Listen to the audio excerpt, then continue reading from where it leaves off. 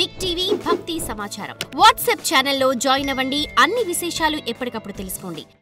సాత్వికానందం ఎలా ఉంటుందంటే ఏదైనా విషయం బాగా అర్థం కాగానే ఒక ఆనందం కలుగుతుంది. అది జ్ఞానం వల్ల కలుగుతున్న ఆనందం.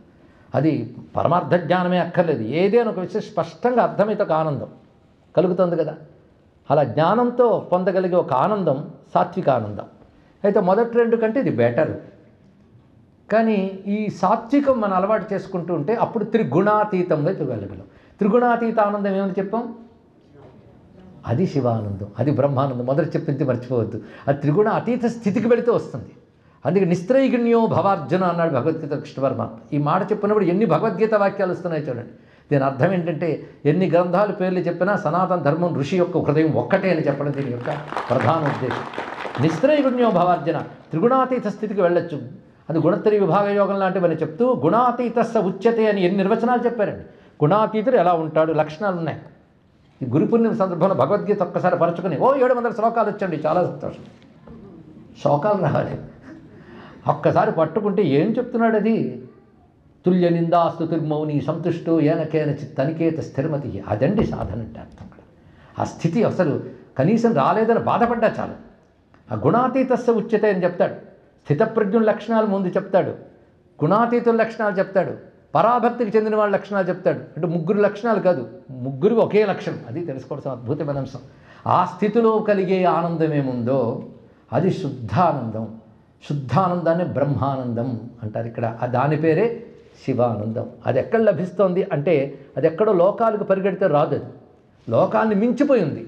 లోకాలను మించి ఉందంటే మన వల్ల కాదు, ఫార్ అవే అనిపిస్తుంది కదా. కానీ లోకాలకు మించిపోయిన ఆనందం నీ హృదయంలో స్ఫురిస్తుంది. అది గొప్ప విషయం అండి. హిందూ మతం గొప్పతనం ఏంటంటే ఏ పరవస్తువు విశ్వమంతా ఉంటూ విశ్వాతీతంగా ఉందో అది నీ హృదయంలో ఉందని చెప్తుంది. అది గొప్పతనమైన అంశం ఇక్కడక్కడ. అనేది ఎక్కడ రావాలి? హృది పునర్భవాభ్యాం. ఏ రూపంలో నీకు తెలియబడుతుంది? ఆనంద స్ఫురద అనుభవాభ్యాం.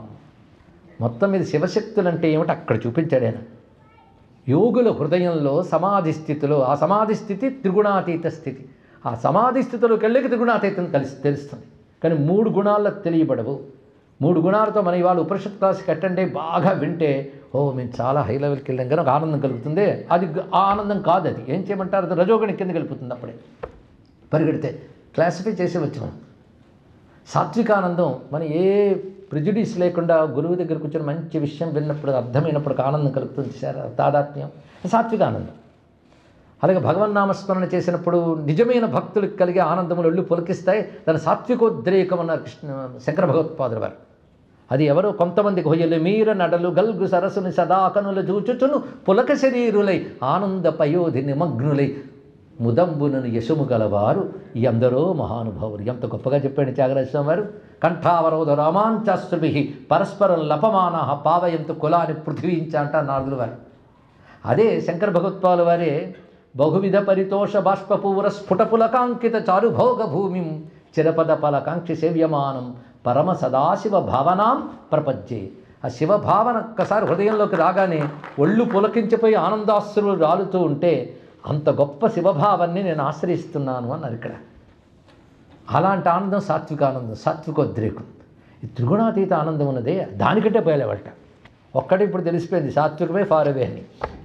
ఇంకా దానికి పైన ఉన్న ఆనందం అంటే అది అఖండ సమాధి స్థితిలో యోగి అనుభవించేటువంటి ఆనందం.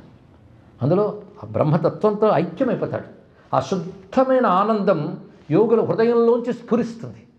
ఆ ఆనందమే శివపార్వతులు అని అద్భుతమైన నిర్వచనం చెప్పేసి శంకరులు ఆ శ్లోకం చూశారా? అక్కడికి వచ్చేటప్పటికల్లా ఆనంద స్ఫురద అనుభవాభ్యాం. బహుశా ఇలాంటి వాంగ్మయం సామాన్యులు రచించలేరు. ఆదిశంకరులు లాంటి యోగీశ్వరులు మాత్రమే రచించగలరు ఇక్కడ. అందుకే అటువంటి స్థితికి పొందినవాడు హృదయంలో స్వచ్ఛమైన ఆనందాన్ని అనిపిస్తాడు. ది ప్యూర్, అది ప్యూర్. అంతేకాదు అదే ఎప్పుడు ఉండే అసలు స్వరూపం అది ఇక్కడ. అలాంటి సత్యమైన శుద్ధమైన ఏ ఆనందం ఉందో సత్యశుద్ధానందము శివానందము అది యోగులు హృదయంలో అనుభవిస్తారు. మొట్టమొదటి కళాభ్యాం విద్యాస్వరూపులుగా మొదలుపెట్టి విద్యల పరమార్థం చివరికి చూపించారు. విద్యల పరమార్థం ఏంటి? హృది పునర్భవాభ్యాం ఆనంద స్ఫురదనుభవాభ్యాం నతి. నతి అంటే నమస్కార. ఇయం నమస్కార. నతిరియం అంటే ఇయం నతి. భవతు మే. ఇప్పుడు భవతు మే కలుపుకోవాలి. మే నతి ఇయం భవతు. అంటే వారికి ఈ నమస్కారం. ఎవరికి? శివాభ్యాం నమః కలుపుకోవాలి. ఇక్కడ మొత్తం కలిపితే శివాభ్యాం నమః. మన మొదటి శ్లోకంలో మనకి ఇచ్చిన మహామంత్రం ఏమిటి?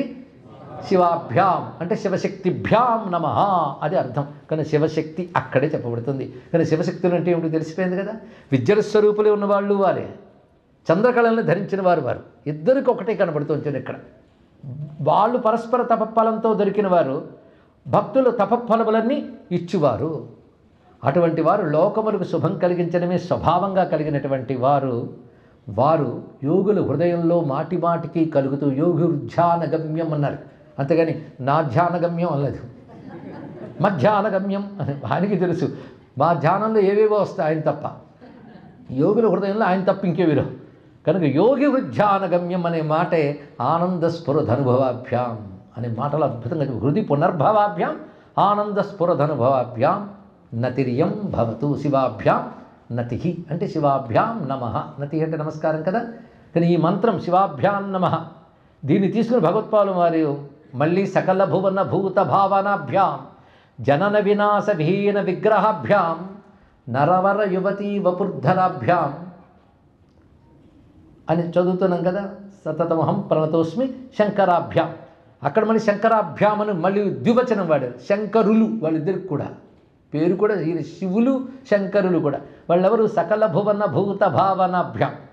సకల భువనములు ప్రాణులు వీళ్ళందరినీ కలిగించడానికి కారణమైన వారు, వాళ్ళ అసలు కారణం. వాళ్ళ శరీరాలు ఎలా ఉంటే అంటే వాళ్ళ కలిగిన జగత్తుకి జననం వినాశం రెండూ ఉన్నాయి. అంటే పుట్టుక పెరుగుట నశించటం ఉన్నాయి. వాళ్ళ వల్లే మూడు జరుగుతున్నాయి. కానీ వాళ్ళకి ఈ మూడు లేవుట. జనన వినాశ విహీన విగ్రహాభ్యాం. జననము వినాశము లేని స్వరూపాలుతున్నారు. వాళ్ళు నిజానికి ఏ రూపం లేని వారే, కానీ రూపం స్వీకరించిన ఆ రూపాలకి జననము వినాశనము ఉండదు. అంటే అర్ధనారీశ్వర స్వరూపం, పార్వతీపరమేశ్వర స్వరూపం, నటరాజు రూపం ఇవన్నీ నాశరహితం. జనన మరణ వికారములు లేని రూపములు కలవాడు. జనన వినాశ విహీన విగ్రహాభ్యాం నరవర యువతీ వపుర్ధరాభ్యాం. అది మగ ఆడ శరీరంతో ప్రకాశించుతున్నవారు. ఇదంతా మళ్ళీ భగవచనమే.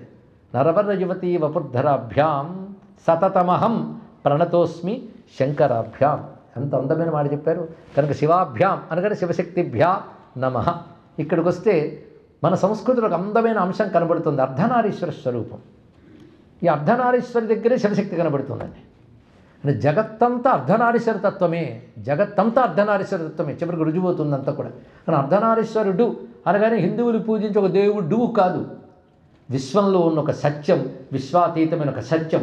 ఆ సత్యమే మనకు ఆరాధింపబడుతుంది ఆ రూపంతో. ఆ సత్యమే అర్ధనారీశ్వర. అదేంటో పాశ్చాత్య సంస్కృతిలో విజ్ఞాన శాస్త్రవేత్తల్ని ఆకర్షించిన హిందూ స్వరూపాలు రెండు ప్రధానంగా గుర్తుపెట్టుకోండి. వాళ్ళు దాని గురించి పెద్ద పెద్ద ఆర్టికల్స్ రాశారు జర్నల్స్లో. ఇక్కడ సైంటిస్ట్ అండ్ ఫిలాసఫర్స్ విదేశంలో ఉన్నటువంటి వాళ్ళు ఫిలాసఫీ పరంగా సైన్స్ పరంగా ఒక రెండు విగ్రహాలు అంటే వాళ్ళకి బాగా ఇష్టంట. ఒకటేమిటంటే నటరాజస్వామి, రెండవది అర్ధనారీశ్వరుడు. అది ఎంత నచ్చిందో అర్ధనారీశ్వర తత్వం. ఈ అర్ధనారీశ్వర తత్వమే జగమంతా వ్యాపించింది. కానీ నిజానికి మొట్టమొదటి అర్ధనారీ లేదు, నరనారీ రెండూ లేని తత్వం ఉంది ఇక్కడ. స్త్రీ పుం భేదము లేని ఒక తత్వం ఉంది. అది స్త్రీ కాదు పురుషుడు కాదు, అవయవాలుగా నిర్ణయించుతామా?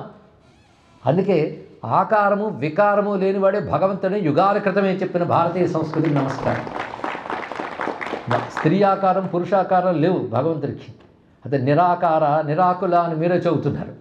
ఆకారరహితమైనటువంటిది అది కేవలం చిద్రూపం, సద్రూపం, ఆనంద రూపం. సద్రూప చిద్రూప ఆనంద రూపములు మూడు, సత్తు చిత్తు ఆనందం తీస్తే కలిపి చూస్తే శాశ్వతమైన చైతన్య స్వరూపమైన ఆనందమే వారు. అది సృష్టి ఏర్పడక ముందు అదే ఉంది. ఆ ఆనందమే శివశక్తి రెండును. కానీ అప్పుడు శక్తి ప్రకటింపబడలేదు, శక్తి ఆయనలో ఉంది. శక్తి ఎప్పుడు ప్రకటింపబడిందంటే ఆయన సృష్టి స్థితులు చేసేటప్పుడు ప్రకటింపబడింది. ఇది తెలుసుకోవాలి. అప్పుడు ప్రకటింపబడింది. అయితే సృష్టి స్థితిలయులు ప్రపంచంలో ఉన్న మేనిఫెస్టేషన్స్ ఇవి ఎవరి వల్ల ప్రకటింపబడ్డాయో వాడు శివుడు. ఏ శక్తి వల్ల ప్రకటింపబడ్డాయో ఆవిడ శక్తి. ఇప్పుడు ఆవిడ అన్నాను కానీ శక్తి, ఆవిడ ఆయన ఇద్దరు, మగ కాదు స్త్రీ కాదు. అది మనం బాగా గుర్తుపెట్టుకుంటే అదొక తత్వం. అంతర్లీనమైన ఈశ్వరుల్లోని శక్తి ఏదైతే ఉన్నదో అది సృష్టి స్థితిలో చెయ్యదలుచుకున్నప్పుడు బయటకు వచ్చింది. ఎప్పుడు? చెయ్యదలుచుకున్నప్పుడు. అక్కడ డర్లు నేను చేసుకోవాలి. ఇక్కడ ఆయన ఎందుకు తలుచుకుంటాడు? ఊరికనే తలుచుకుంటాడా అంటే దానికి పెద్ద రీజన్స్ రకరకాల కర్మలను అనుభవించడానికి తగ్గ జీవులను ఉత్పన్నం చేయాలని ఆయన సంకల్పించుకున్నాడు. అలా సంకల్పించుకున్నప్పుడు వచ్చింది. కనుక చెయ్యడం కంటే ముందున్నదేమిటి? సంకల్పం. For more videos like this, subscribe Big TV channel.